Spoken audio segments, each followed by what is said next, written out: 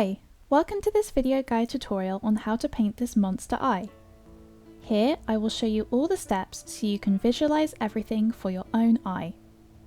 This one has already been primed black.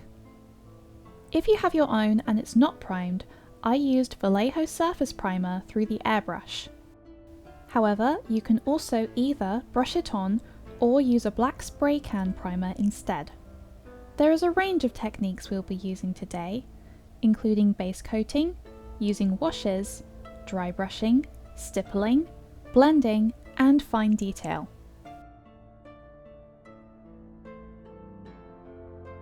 To start, we are going to be base coating the whole of the eye with Light Grey by Vallejo.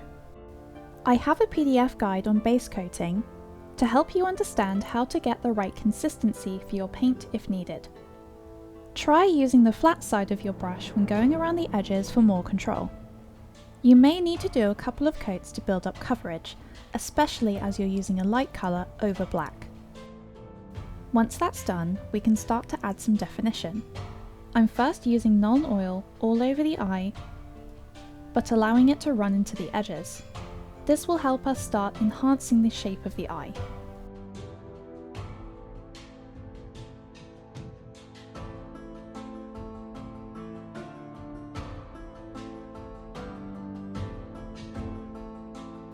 Afterwards, I'm using Silver Grey by Vallejo to lightly dry brush the centre of the eye.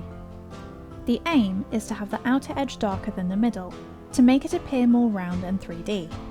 I unfortunately laid it on a bit too heavy, so I needed to smooth it out a little bit more. To do this, I'm placing Silver Grey, Light Grey and a bit of Nuln Oil on my palette and making them nice and thin with lots of water. I'm then using each colour to try and blend out the colour to be lighter in the centre and darker on the outside. I'm using stippling motions to dab the colour around, attempting to get them to all merge together. This can take some trial and error and some time, and it can also be helpful on occasion to do this in layers. You can use a hairdryer to dry your layers quickly. When looking at eyes, you'll notice that around the edge you have your waterline that's pink. To recreate this, I'm using Carroburg Crimson around the edges.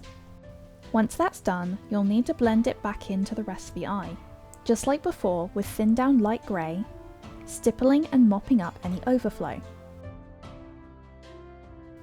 If you got any on the rest of the model by accident, that's okay. You can just use some black over the top to clean up, and that is the white of the eye complete. My eye is going to be red. However, if you'd like to do a different colour, please don't hesitate to ask me for my recommendations, as the process is still the same. I'm starting off the iris by painting a large circle with the darkest colour. I'm using Nocturnal Red by Vallejo for this. With your midtone, I'm using Gory Red. Start filling in the centre of the iris, trying to blend it out a little with stippling motions. Once that's done and you're happy, you can start to do the flecks. To do this, start painting little lines all around the centre of the iris. Try not to use much pressure, as this will allow your lines to be much thinner. You can also angle your brush slightly to not bend the bristles as much, which will help as well. Repeat the lines with a lighter colour than your midtone. Try to make them a little more spaced out so you can see the darker shades underneath. I'm using Evil Sunz Scarlet for this. For the final step of the iris, you can do even more spaced out, thinner lines in a very light shade. Sometimes it's good to have it slightly different to your other colours to give a sense of contrast, which will give you more definition from further away. I'm using a mix of Trollslayer Orange and Demonic Yellow for mine. Now, unfortunately, the footage of me painting the pupil got corrupted. However, it's essentially just a small black circle painted in the centre of the iris. You could also use a dotting tool if you're worried about hand painting it. For the highlights, I'm using a paperclip as a dotting tool and applying white to either side of the pupil. You could very well leave it there, however there's one last step to really enhance your eye. I always use a gloss varnish over eyes, as it not only protects your work, but it creates a sense of wetness to the eye, making the colours appear more alive and increases the reflectiveness.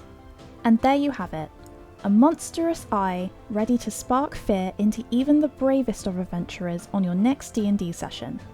I hope this tutorial was useful, and happy playing!